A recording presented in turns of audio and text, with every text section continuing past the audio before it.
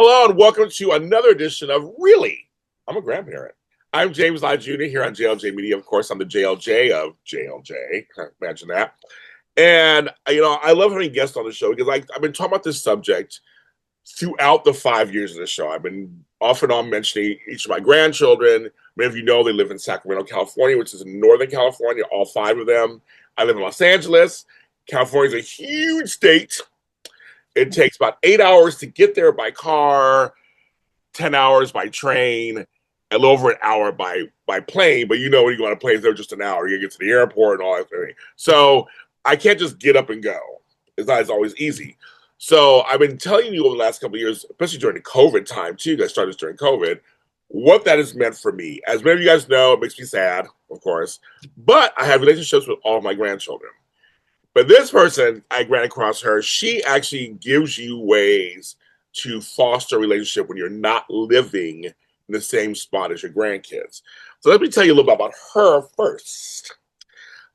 She is a researcher with over 25 years of experience in aging and caregiving, which I'm going through right now with my mother, as you guys know. She founded the Long Distance Grandparent, a mission driven initiative that empowers grandparents to build meaningful, creative connections with their grandchildren, no matter the miles between them. I love that. She's drawing from both research, like that, and also personal experiences. Her own children's grandparents live far away. She also offers practical evidence based strategies, which is all about that too. And she also has created this community called the Long Distance Grandparent Society. We're going to talk about that also, and what that means. I'm just happy to have her on the show. Dr. Kerry Byrne. Hi, Kerry. Thank you for having me, James. I'm just delighted to be here talking to all of your listeners and can't wait for the conversation that we're going to have today. Yeah, same here. I first of all, I just want to say thank you for your time. Secondly, um, I haven't heard many people in our community. I just haven't ran across it very much, many. It's all about the long distance grandparent. So when I ran across you and your work, I was like, yes, someone's talking about it. And so I want to start from there. I grew up with a grandparent 10 blocks away. Then I grew up with a grandparent in New York. So I had both. I had both sides of it where I had to go travel during the summer sometimes cross country, and then other times I can walk down the street. So, what is your experience in your life? Briefly about long distance grandparents. So, in my own life, so my dad is from Ireland, born and raised in Oh wow! Dublin. And I never got to meet my grandmother, though there have been so many stories told about her that I do have this sense of knowing her, or at least drawing upon the ways in which she's been described to me. I met my grandfather in Ireland, though, and I remember thinking he was this like big towering man. But I was little, and he was actually pretty short, and I came to realize. And my mom's parents, we lived locally to them. So my mom was a single mom, and yeah, so they lived down the hall from us. And I was, probably an experience that shaped me. And I've come to understand this more as I've gotten older, is that I was in the room when my grandmother, who died early in her early 60s, she passed away from cancer. I was there when she took her last breath. And I was one of her caregivers. I mean, I would sit with her after school. My mom was her primary caregiver, but I would sit with her after school. I was sent early. We lived in a different town at that point and then moved back to help care for her. Moved around a little bit as a youngster. And so, I was sent to be there, keep an eye on her until everybody else got there. So, we had an important relationship, and it shaped me to see actually death happen in a way that, all other things considered, was beautiful because my grandfather was holding her in his arms as she took her last breath. We were all around the bed, and then all the men left, and the women got to the business of taking care of her body, making sure that she looked how she wanted to look when they took her away. So, my grandfather went on to live into his 90s, and yeah, so I was lucky to have some, special, impactful relationships with my own grandparents, but each one being quite unique and depended on how long they lived, where they lived. but I still feel all of them, in life right now. Yeah. I could relate completely. I've already talked about on the show. You can people listen to other episodes. I've mentioned each of my grandparents. So, my grandmother here, my love of gardening came from her. She was from Louisiana. She brought the gardening to LA. My friends did not grow up with fresh tomatoes and fresh watermelon and fresh turnips and pear. I mean, my grandmother had everything in her yard, just 10 blocks away. Then I had another grandmother who was very cosmopolitan, wore wigs, smoked cigarettes, worked as a secretary in downtown LA. Then my back east grandparents were very Caribbean, very New York, very just like I mean, just outspoken. I had a great grandmother until I was 26. People know on the Wow. show. I was very lucky, Miss Arthuretta. She was 4 foot nothing, drank brandy every day, and was just like a bomb. Then I had a grandfather from Holland. So I had Wow. a European grandfather who blonde hair, blue eyed, and was very interesting to be a grandson of that. And then and the dry sense of humor that Dutch have, and so it's funny. You and I have this European connection together. You have that's very you have Irish Byrne, obviously very. It's all Irish, but like for my family too, I had a European grandparent, so it's kind of they talked differently. He was a little cantankerous, but it was fun. Uh, Yes. like I said, dry. I get my dry. So like you, I got something from each of them. I like that. I get to know all of them. They all died one after the other. It's kind of crazy. It's like there was like a 10-year period. Just went bam, bam, bam, bam, bam. Like just all my 20s, it's my 30s. Just all went. So I miss all of them too. So I feel they're all here. They're all. When I do these podcasts, or I'm like they're here. They're all I feel rallying the same. around me. Yeah. Yeah. So I feel the same way about that. Um, One of the things that I want to start with also in this conversation is the fact that we don't all live in the same areas anymore. People are moving for jobs, they're moving for other situations. In some cases, you're with your spouse's family because they need you, or like so you're the other side of you. So in your research and and just walking the world in this area, what are a couple of things that you find keep coming up when it comes to long distance grandparenting? Well, you know what? So just from a practical level, like I can talk about my own inbox as being, this is like I get hundreds of emails a month from long distance grandparents Wow, who you do are, good. yes, Okay. looking for help. They are, reaching out, commenting on what I'm writing, and looking for help oftentimes with FaceTime chats, right? Like how do Okay. you, right? So like how do you engage with children on FaceTime? Increasingly, I'm getting requests about teenage grandchildren. And so, people that have been following me for several years are like, when are you going to do something for us about the tweens and teens? Because it does change. Does. And then one thing that I woefully underestimated when I started the long distance grandparent, like I knew that there was a need to help people, connect using technology. And like that could be anything, right? You use FaceTime, you use WhatsApp, like whatever that might be. Um, but it was the emotional complexity of it, right? It was, that grandparents were coming to me and talking about how they just like felt this deep sadness and then they thought there was something wrong with them, right? Yeah. It's like I don't know, I just like I can't shake this feeling of like sadness that they don't live close to me, that I am, or things like, oh, I'll never be the grandparent that I wanted to be. And that's actually true, right? Like if they live at a distance, then you might not get to be the grandparent that you wanted to be, that you had envisioned, perhaps that you had in your own life and wanted to, model that in your own relationships.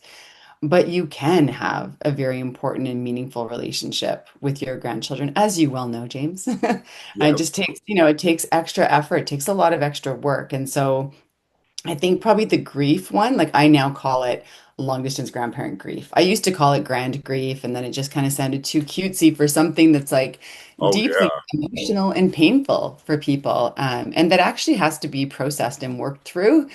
Because what I never want for grandparents is for them to get stuck in this grief. If you're feeling resentment, Like sometimes I hear from grandparents and they feel resentful to their adult children for moving away. Like, how could they move away? I get to, especially those who become long distance grandparents, they've had the sweet side of it, right? Like, they have had the joyfulness of seeing these children multiple times a week. And then it feels like these children are being ripped away from them because mom or dad got a new job, everybody's moving. And that resentment that you feel, when you really unpack it, it often comes down to grief and sadness and something that you've got to deal with, so that you don't get stuck in that and then not provide this beautiful relationship that's possible or not work on this beautiful relationship that's possible. So I think those are kind of the two key things. And then, of course, what comes up time and time again is how do you engage parents? And so I'm a parent, I'm not a grandparent. A lot of people are surprised by that. Why do I focus on the grandparents? And it's because I believe that grandparents have to come to the table with intentionality and with some ideas about how to connect with their grandchildren from a distance, right? Like it can't be just saying to the parents, like, can we FaceTime? Can we FaceTime? Well, what do you have planned for your FaceTime chat? Right? Kids are on screens all the time. Like you're competing with Bluey and with like all kinds of different, shows and YouTube and everything else. And so, they might not just want to get on and chat with Nana or Grandpa, but do they want to play a game with Grandpa?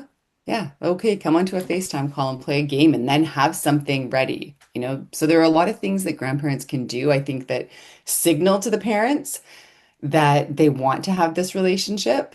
Because on the flip side, I hear from parents who say, the grandparents are telling me that I've ruined their lives because I have moved the children away. And so they're not trying. Like I feel like they're not trying. They're not trying to engage in the relationship. And so the parents are saddened, the grandparents are resentful. And at the end of the day here, we're talking about a relationship, and all relationships are complex. Right? Like there are no relationships that don't have some level of complexity to them, right? Some level of tolerance to them. I don't know, there's just, I think we try and like sanitize the grandparent grandchild relationship because social media shows us these beautiful moments of like the grandparent, your grandchild running into the grandparent's arms when in fact, like if you look at that moment, beautiful. I like it, I share it, everybody else does, but behind that moment, there were parents and grandparents who were working hard on behalf of this child, knowing how important it is to have that relationship. And that's what it really takes, right? It's a family-centered approach, to staying connected from a distance. You brought up, oh my God, so many things that I want to spit out. I'm so yeah, I know I'm like a No, fire. but it's everything you're saying is just so right on. So just one thing I'll say, I did an episode on adult grandchildren because now my grandchildren become my older ones become adults.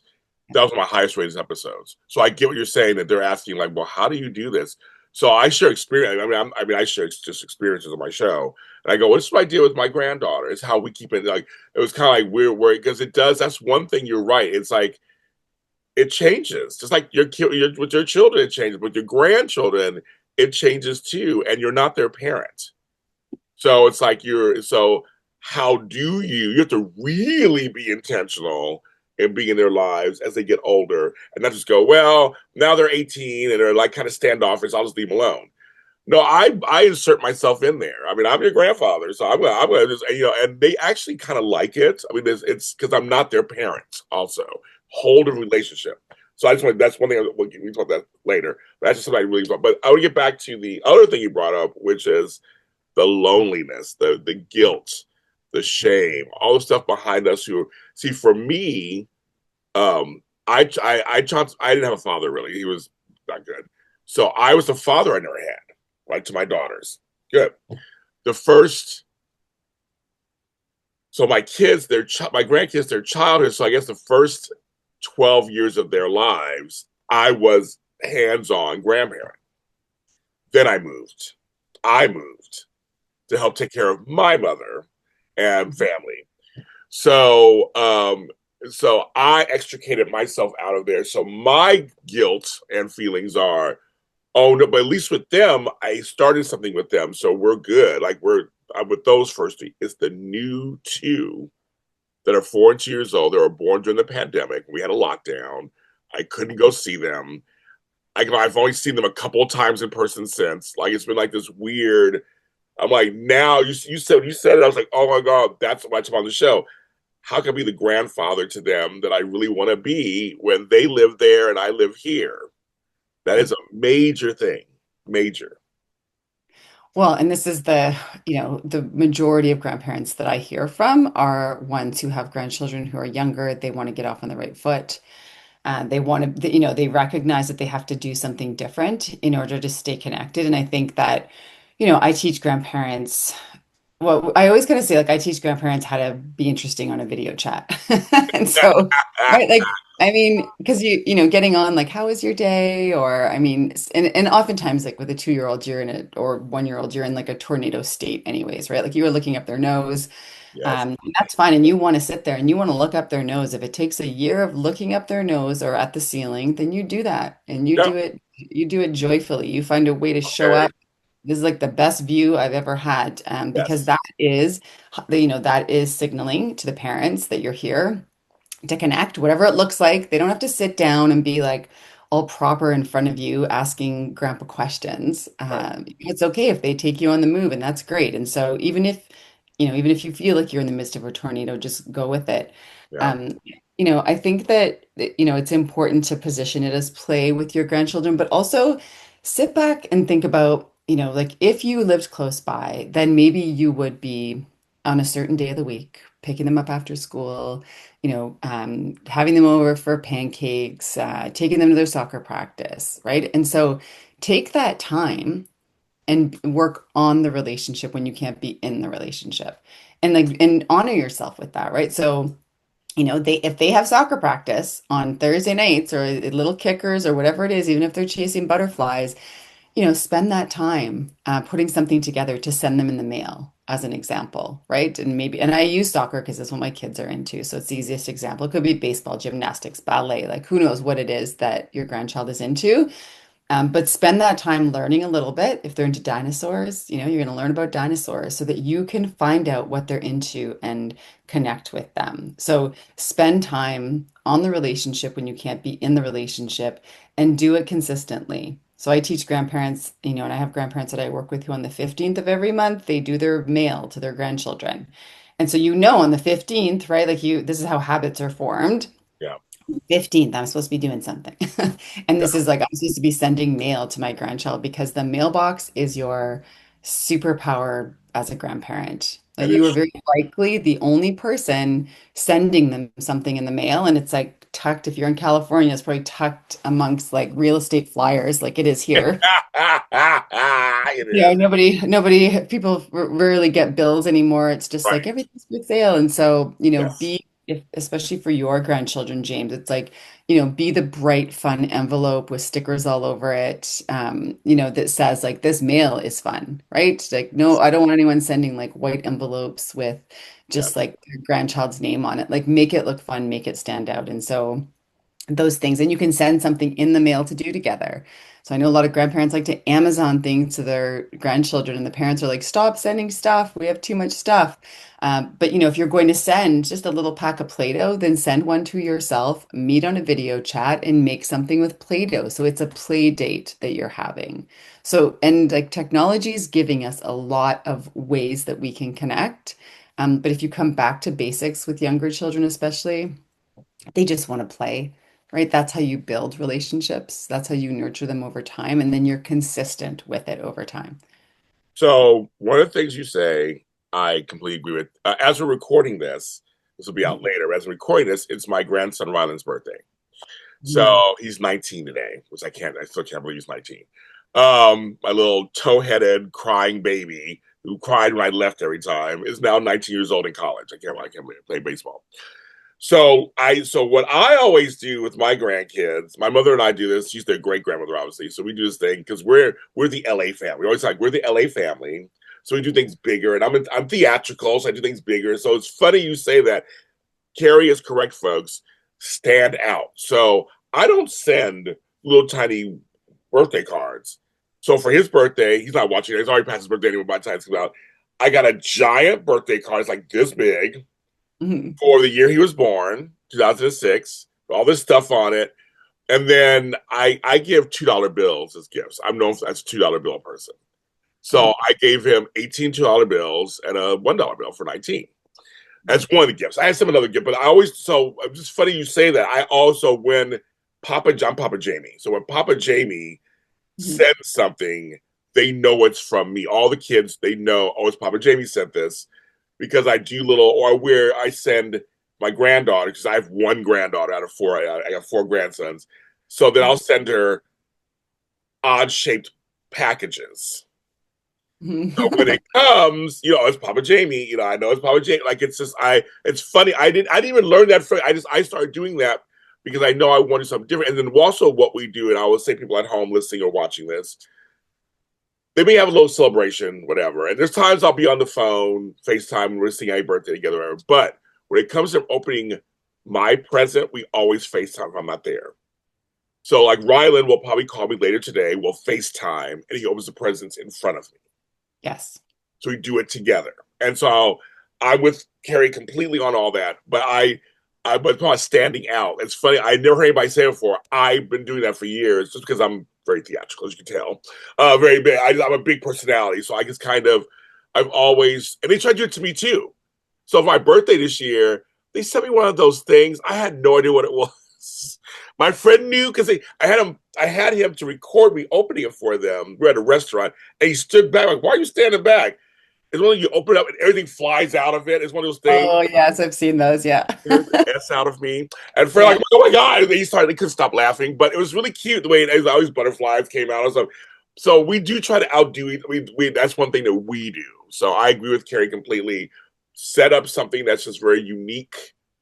That when they see it, they know it's you. Like, oh my god, it's grandma again. Oh my god, it's grandpa again. It's I agree with completely, Kerry. I just love that. I agree with completely. But you know what? And I think it's so important to find your brand of grandparenting, because I've worked with grandparents and they're like, you know what? I'm not silly. I'm not all that funny. And, like, I think that's completely fine. Who Yes, are yes. Right? Like, who are you? Are you a wonderful writer? Then maybe every year you write them a limerick. Like, I don't know. I mean, you find your thing that feels authentic to you because if you find that thing that you get joy out of as well, you'll do it for 19 years, right? You'll do it time after time and you'll enjoy it and they'll see. Like, it's not going to feel fake. It's going to feel like, this is Papa, right? Like this is what Papa does. Also, the one thing I know this was brought to my attention maybe 2 or 3 episodes ago. I was at a guest on and we were talking and he said, well, James, you're building a legacy for your grandchildren that your grandparents do for you. You're on the air. And Yeah. I never really. I mean, I've been doing this for 17 years. I never really thought about that until I was like, oh yeah. So if they want to see what Papa Jamie did in 2007 or 29, they can go to various things and when I'm gone and watch me. I was Yeah. like, that's something that we didn't grow up, and you probably didn't either. I should assume that we were poor growing up. We didn't have video cameras. There's no video footage of me as a child, right? Was it anything? No. So pictures, yeah, pictures, tons of pictures. That's one thing, but there's no video of me running in the yard or anything. So I'm like, but I'm creating that for my grandkids. For me, I'm doing some research on my great grandparents. So I'm like in the ancestry. I'm doing the whole thing, looking at records. All I got to do is go on YouTube or TikTok. They always tell me, Papa Jamie, I saw your video for this. And I'm like, I don't do anything crazy, so I'm nothing to be ashamed of on my shows, thank God. But they're at that age where they're online, like you said, they can see Papa Jamie whenever they want to. And I never thought, I don't know why I never thought of that. It's because someone was saying, I saw you on that show House. I go, that's my first thing I ever did was House. I was an actor for a minute. They saw the episode came on TV and they walked in the room and they go, there's Papa Jamie right there. I go, yeah, I was younger and skinnier. I know. But it was like, I mean, I never really thought before. So we say that to people out there, when you just said, if you write poetry or I've had grandparents who wrote books with their grandkids' names on them, that's gifts. I think anything you do that leaves a legacy would be great. I think also just, get in the video. I know that and get in the photos because when the kind of inclination is to when you are with your grandchildren, I mean, they're cute, they're doing fun things or, whatever it is, and you want to take pictures of them, you take videos of them, but they have 30,000 videos of themselves. I'm not saying not to do that, but what they will want once you are gone, and we will all be gone one day, You know? is to see you with them. And, we lost my dad a year and a half ago, and the videos that we have that the kids watch over and over again are the videos with grandpa. And it's grandpa singing, it's grandpa reading stories to them. And like I took these videos and photos. And so, if you have a parent around or if you're a grandma, grandpa team, do it for one another. Obviously, always with parents' permission, because some parents don't love the Yes, right. Yes. videoing and photo taking of the kids, but ultimately this is the gift that you leave them. And so, yeah, you can, write a poem, do all the things, but also just, if they had 10 videos of you guys together over their lifetime where they could hear your voice, where they could see the mannerisms, the way in which you interact with them, that's the legacy. That's your legacy, is that they will see that they're loved. And we know that, I mean, even honest to gosh, like just telling them that you love them, right? Being the grandpa who, even if you didn't say it to your kids, if you grew up, it wasn't something that you said a lot, or it wasn't, you weren't in a family, telling children that, I love you, I'm proud of you, I miss you. We know from the research, but like of adults, grandchildren, that when grandchildren hear this, and they report, it's called affectionate communication. And when they report higher levels of affectionate communication with their grandparents, they also report more emotionally close relationships. And, you want to just, our kids today are facing a bit of an onslaught social media, like we've got teenage girls on Instagram who are Yes. learning everything that's wrong with themselves every single Yes. day. And Yes. so you actually have an opportunity to use your phone and to get into their phone and be positive. And so, every Saturday, if even if it's the first Saturday of the month, whatever it is, send them something super about themselves. Like I don't know, you've got to think about something that you can do over time, but what I always want for grandfathers and grandmothers is to be a source, like be the GEO, the Grand Encouragement Officer of your family. You mentioned it, like you don't have to be their parent. Some of you are, I mean, I know lots of grandparents are also pitching in Right. for childcare, and that's a completely different scenario. But really, you have such a role and a gift in being able to remind them about the beautiful things about themselves whenever you have the opportunity, because they're not hearing it enough. I can guarantee you that.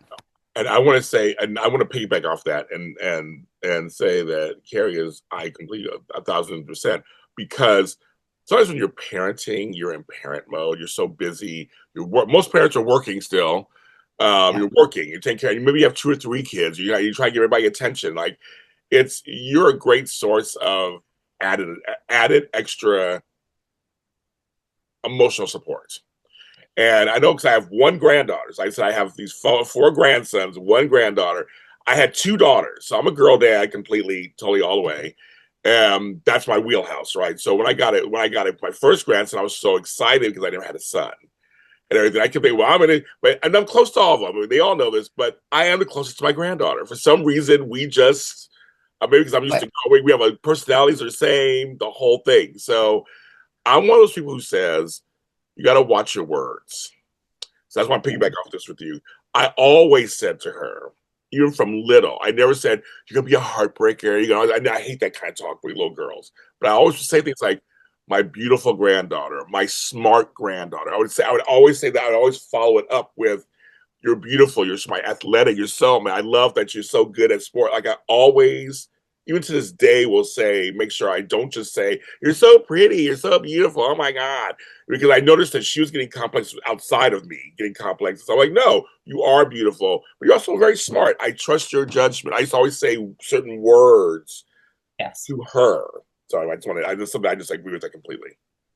Yeah, and I think it's the same in interactions with parents. Like parents are experiencing a time right now, and where the advice that they are receiving, the frankly, like the judgment that's out there about parents that they're, like, that I saw someone, I don't know who wrote about this. I should look up the original source. But it was called advice pollution. And so, like, right, like we have this advice pollution about everything, about like how to get healthy, how to eat more protein, like how to, weight Right. bearing exercises. But it's true for our relationships as well, that there's so much advice in it. And so parents are, digitally overwhelmed because so your grandchildren are probably digitally overwhelmed. The parents are.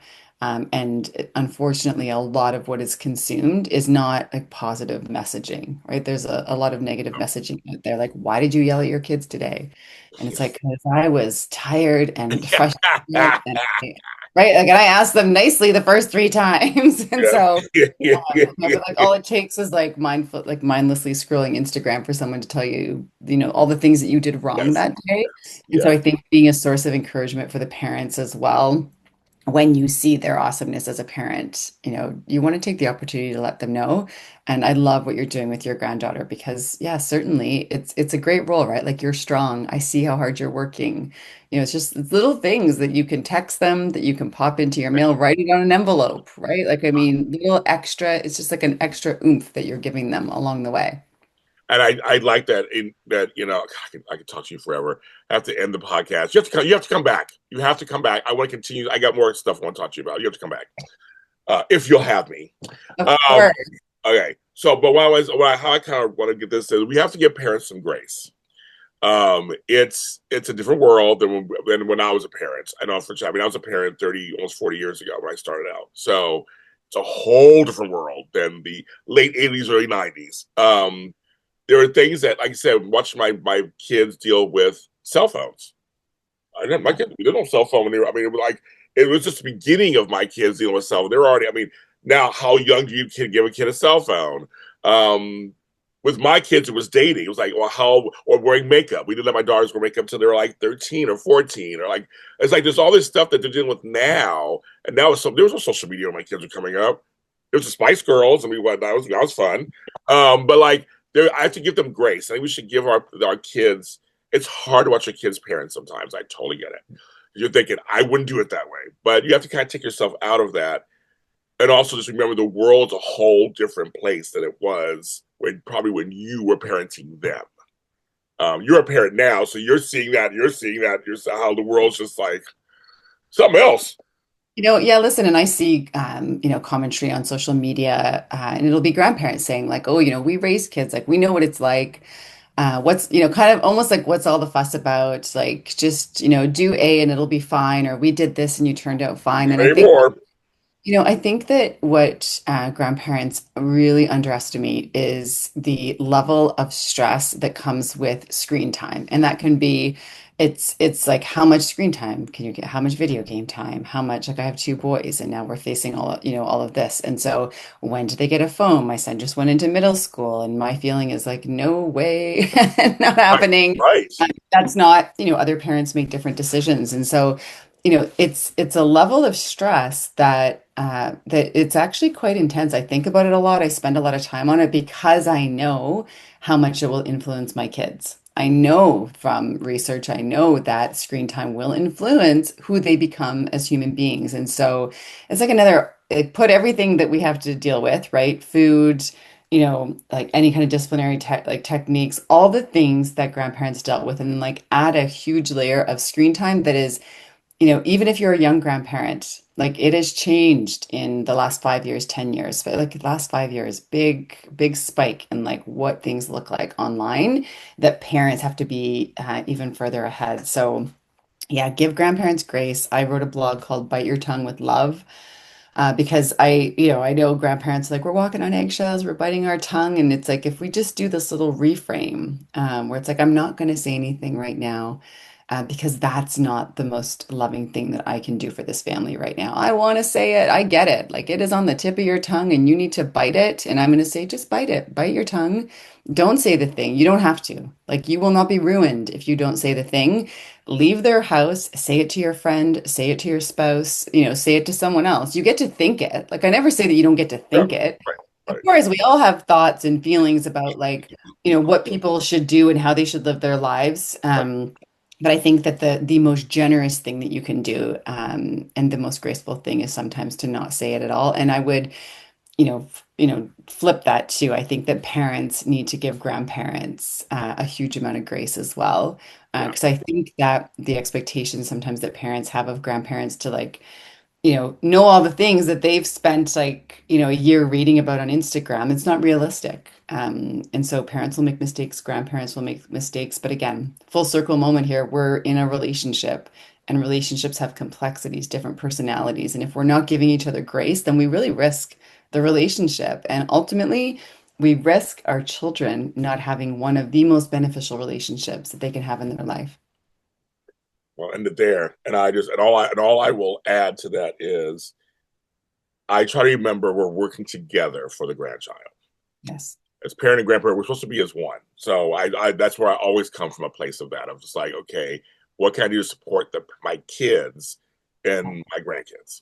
That's all. I mean, not being noble or anything. Just, I mean, seriously, trust me, there are things I want to say sometimes. But it's literally, I'm like, well, would that help? Just would that help? And that's kind of, just take a step back. Take a step back, grandparents. And parents, take a step back too. It's Yeah. all about love. It's all about love. It's all about just wanting to be there for this beautiful child that is in all of your lives. That's all. That's all. It's family, right? It's family, it's Family. intergenerational connection, and it really Yeah, does matter. It it does. matters. I'm happy to come back and talk to Oh you my another God, you have to. I have for more things I want to talk to you about, Dr. Kerry Byrne. You are fabulous and wonderful. I'm glad we're in each other's orbits. Okay, so tell people, I'll put it in the description, of course. I want you to say it yourself where they can find the long distance grandparent and your whole society. We'll talk about that next time too, but just tell people where they can find you. Listen, I have a website. It is www.thelongdistancegrandparent.com. And if you go onto my website, at the very top, there's this like huge pink bar, and you can download a free guide. I've been giving this guide away for years, but the other great thing about downloading that guide is that you're automatically added to my email list. And I send out emails, helping grandparents with long distance grandparenting tips. I talk about relationships. Really, if you want me to write about something, then send me an email. I will do my best to cover that particular topic because there's a lot of really nuanced things that are happening for long distance grandparents. And the best teachers for me have been the long distance grandparents that I have worked with. So I feel very grateful to do this work, and I would be delighted to welcome you to my email list as a starting point to get to know me and see if you like what I'm putting down, basically. I say do it, or I'll come find you. Tell them Okay. James sent you. No, it's good stuff. I love it. And also here for really, I'm a grandparent. I am here for all grandparents, but of course I'll talk about the younger generation grandparents. So if there's any topic, I always say this too, if any topics you want me to talk about that I'm missing or something new that's coming up, please tell me and I will talk about it. I mean, I may have experience with it or I know somebody who does have experience with it. We're here to serve all of you grandparents out there who are just trying to be good grandparents. That's all. That's all you're trying to be. And speaking of good grandparent, I have to. I'm going to do this because I love Ted so much. You go to my pages. I can't wait. It's called The Good Grandparent, and this handsome man right here is on the cover. That's me. It just came I out love yesterday. It just came out yesterday. And my chapter is about me as a grandparent and also my famous grandparents, grandfathers. I have a couple of famous grandfathers. So, as a cute picture of me at 11 months old on my grandmother's Carmanguia back in 1969. So check that out. It's out now wherever you get books, Amazon, Barnes & Noble, wherever you get books. It's called Good Grandpa by Ted Page. Please check it out. I think it's a lot of fun. It's all about the grandfather. And there's no other books like it out there. So it just came out. So I'm supporting that also. He's also been on our show many times, but do that too. Everyone, it's great. So as this airs, it's during Grandparents Week. I know this saying it's the 7th is Grandparents Day. And I had an episode come out on that actually. But just we're celebrating the grandparents. Come on, grandparents. We are important parts of the family. So if you have a grandparent nearby or long distance, tell them that you love them. And to all my grandparents in heaven, I love you guys and I carry you on my shoulders. And to my grandkids, I love you too. We'll see you next time. Every Saturday, we're here. See you next time.